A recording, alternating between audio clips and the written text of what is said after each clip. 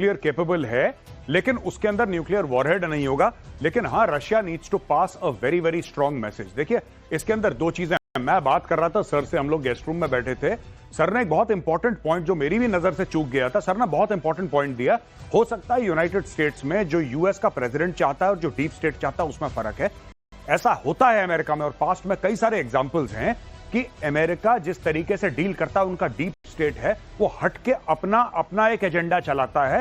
हो ना हो किसी ने अपना एजेंडा यहां पे चलाया हो। देखिए, बात यह है ना कि अब आपने क्यों करा ऐसा, वो क्यों ज़ेलेंस्की करना चाहता था भाई कि 4000, एक तो मारा उसने 4000 किलोमीटर दूर, यानी कि एक फार्म लैंड है, खेत है, खेत के अंदर ऐसे आपने वुडन, आपने कोई हट्स है वहां पे, राइट, उसके अंदर ट्रक है, अचानक ट्रक आता है, ट्रक का ऊपर टॉप का खुलता है, ड्रोन उड़ते हैं और एक साथ ड्रोन सैकड़ों की मात्रा में जाते हैं और अरबों डॉलर के सामान को बर्बाद करते हैं। ठीक है, इसका कारण क्या है, ये क्या करना चाहता है, क्यों करा, इसका कारण क्या है? वही चीज है कि क्या किसी को ऐसा लगता है कि इससे रूस की कैपेबिलिटी डैमेज होगी? नहीं, रूस के पास अपना मिलिट्री इंडस्ट्रियल कॉम्प्लेक्स है भाई, वो 100 बना लेगा, वो प्रॉब्लम नहीं है।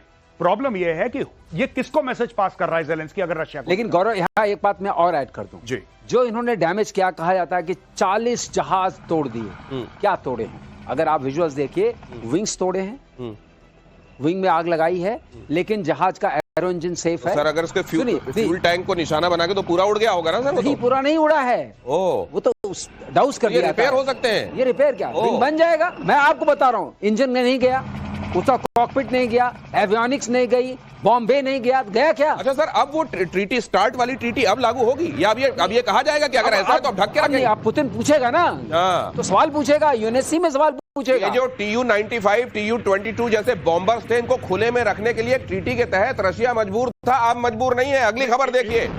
एक चीज मैं कहना चाहता हूं कि सबसे पहली बात पुतिन ये पूछेगा कि सैटेलाइट की इमेजेस दी किसने ज़ेलेंस्की को?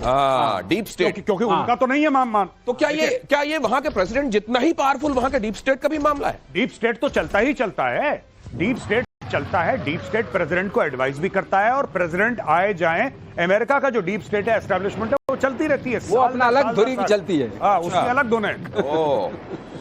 तो फिर डेमोक्रेसी कितनी जिंदाबाद है, जरा ये भी देखिए आप। और PL-15E के मलबे को लेकर टेंशन में चीन।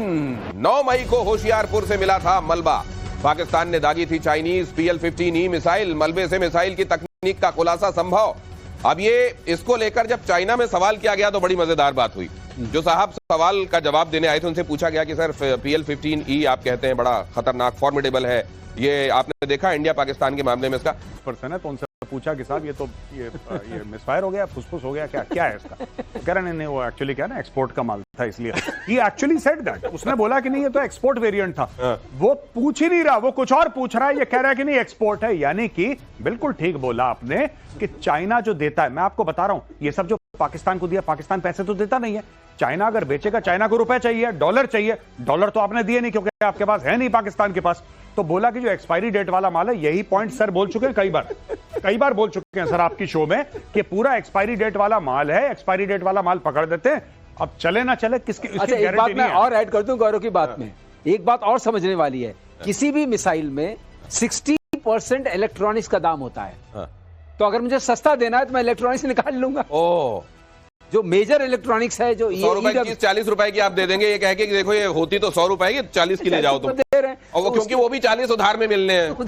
हाँ, उधार। तो अगर लेकिन अब एक चीज और, इधर ये देखिए PL-15E का जो हाल हुआ, उधर पाकिस्तान क्या कह रहा है, ये चाइना हमारा ऑल वेदर फ्रेंड है, टर्की हमारे साथ है, अजरबैजान हमारे साथ, पूरे देशों का नाम गिनाने के बाद, लेकिन वो कहने हम कब तक इनके पास जाएंगे, बेगिंग बोल, ये खुद शहबाज शरीफ बोल रहे हैं। हम भाई साहब, शहबाज शरीफ सितंबर में, पिछले साल सितंबर में शहबाज शरीफ गया और शहबाज शरीफ ने पूरी कौम के सामने कसम खाई कि आखिरी बार मैं लोन ले रहा हूं, मैं कसम खाता हूं, इसके बाद ये जो है ये अब और नहीं लेंगे। नहीं, ये अब और नहीं लेंगे। नहीं, ये तो छोड़ दो, ये तो हथियार हैं, ये तो हथियार हैं। उसने उसके बाद 3 बार और लोन ले लिया, जब उसने बोला था कि आखिरी बार लोन ले रहा हूं इंशाअल्लाह, उसके बाद 3 बार और निपटा दिया। ये वही वाली बात है, कसमें वादे प्यार वफा सब बात होगा क्या? नहीं, तो ये जो लोन, अब उसके बाद ये भी कह दिया कि ये हमारे मददगार हैं, लेकिन we can not approach to them with our begging bowl all the time, so they want business with us. Now what kind of business can they provide? मैं एक छोटी सी बात बताऊं, वर्ल्ड बैंक ने बोला कि $40 अरब मिलेंगे, $40 अरब, 20-20 करके over a period of 10-15 years world bank ने अनाउंस करा। पाकिस्तान में खुशी की लहर हो गई। पाकिस्तानियों ने पता क्या बताया? वो वर्ल्ड बैंक की भीख थी। पाकिस्तानियों ने यह बताया कि इन्वेस्टमेंट है ये।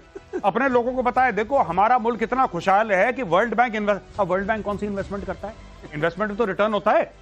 लेकिन भाई जब सब पूरी कौम 25 के 25 करोड़ मदरसे में पड़े हों, आप उनको फिर क्या लॉजिक समझाएंगे? आपने बोला कि चलो कोई बात नहीं, ये इन्वेस्टमेंट है, ये इन्वेस्टमेंट। अरे वो भीख है। इसलिए आपको चौराहे पे जो भिखारी मिलता है ना, या वो जो आपकी कार का शीशा कई बार ठक कर कहता है भीख दे दो, उसका फिर भी एहतराम किया कीजिए कि वो कम से कम कहता तो है भीख है, ये नहीं कहता कि देखो मैंने इन्वेस्टमेंट कराया खुद पर। अब जरा वो PL15E एक बार फिर से डालिए प्लीज। उसमें एक चीज मैं समझना चाहता हूं, वो जो आप कह रहे थे सर PL15E में ये वाला जो उसका जो इलेक्ट्रॉनिक वो जो 60 रुपए वाला हिस्सा है वो कौन सा है? देखिए ऐसा है ना, इसमें क्या होता है नॉर्मली, आप देखिए यहां से चलिए, ये पीछे का हिस्सा है, इसको स्टेबल रखिए प्लीज। हाँ, यहाँ पर आपका यहाँ तक इनका होगा सेक्शन, जो फाइनल सेक्शन है बूस्टर प्रोपेलेंट, मतलब बूस्टर इसको बूस्ट करेगा, प्रोपेलेंट आगे ले जाएगा। ठीक है। अब इसके बाद जो हिस्सा आएगा वो इलेक्ट्रॉनिक्स वाला हिस्सा है। ठीक है। उसके बाद जो हिस्सा आएगा ये फ्यूज वाला हिस्सा आएगा। इसके बाद यहाँ पर रेडार होगा। अच्छा, ठीक है। ओके। तो और ये यहाँ पर वॉरहेड कहीं इन बिटवीन होगा, डिपेंड अपॉन क्या सेक्शन है।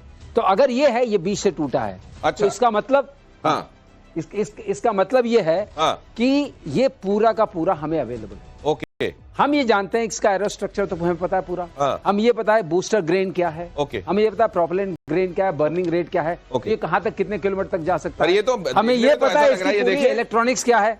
ये देखिए, वैसे तो आप लोग सब पता कर लेंगे इसका, लेकिन ऐसा लग रहा है रावण जलने के बाद अगले दिन वो नहीं थोड़ा खोल वोल मिलते अगले दिन। ये उस टाइप का हिस्सा लग रहा है। ये देखिए, ये पूरा हमें इलेक्ट्रॉनिक्स मालूम हो जाएगी। अब इसका RCS तो मालूम ही है, फ्यूजिंग मैकेनिज्म क्या है मालूम हो जाएगा, और रेडार क्या। जब ये इतनी एक्सपोज हो गई है अब इसके बावजूद ये बनाएंगे क्या PL15? अब ये सवाल उठता है कि इसकी दोष किसको देंगे? ये अपने दोष नहीं, बनाएंगे क्या? स्टील फ्रेंड को देंगे या उसको ये देते रहेंगे, अपना कुछ और करते रहेंगे? अगली खबर देखिए, इसी में बड़ी महत्वपूर्ण खबर है, ध्यान से देखिएगा। भारत की नकल करने से बाज फिर भी नहीं आ रहा है पाकिस्तान।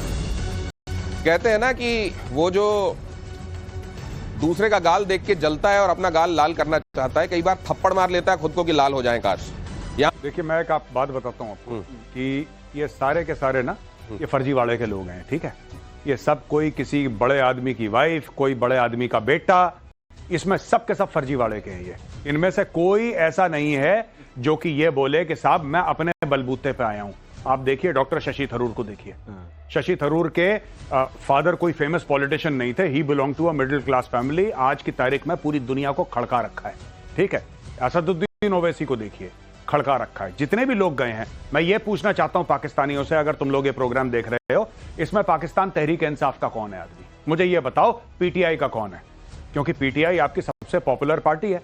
ये सारे के सारे फॉर्म 47 वाले हैं जिनकी शक्लें आप देख रहे हैं, सब फ्रॉड करके आए हैं पावर। फॉर्म 47 क्या होता है? ये साहब ये बड़ी लंबी कहानी है, बहुत समय बीत जाएगा। बेसिकली क्या है कि इमरान खान को इन्होंने झूठे केस पे अंदर डाल रखा है, और उनको ये पता है कि जिस दिन इमरान खान बाहर निकलेगा उस दिन फील्ड मार्शल गॉन, शहबाज शरीफ form 47 gone, Nawaz Sharif form 47 gone, सब गॉन। इसलिए उसको शेर को पिंजड़े में रखो, निकलेगा तो खा जाएगा। तो इसके मारे इन लोग ये, आप एक बात बताओ, बिलावल भुट्टो को फॉरेन मिनिस्टर बनाया था एक टाइम पे, आपको याद होगा क्यों?